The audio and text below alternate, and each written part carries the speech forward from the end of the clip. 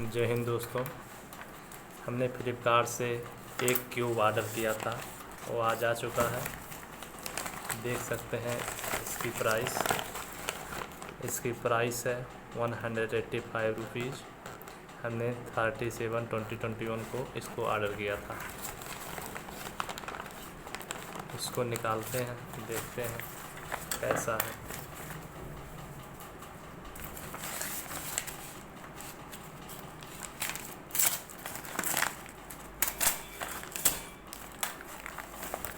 निकल रहा है।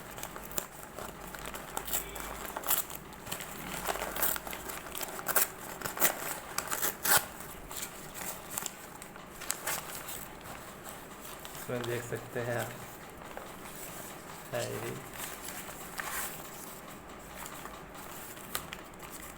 कोई इसमें कार्ड है, पूरा अमाउंट है इसमें 165 इसका प्राइस था। देख सकते हैं इसका सिटी प्राइस 165 है। यहाँ पर देख सकते हैं और इसमें लगने वाले GST 19.82 है। 1982 मिला के 185 रुपीज़ हुआ है इसका दाम। देख सकते हैं, देखते हैं इसमें देख सकते हैं यहाँ पर रखा गया है। ये निकालते हैं इसको। यहाँ पर निकल चुका है,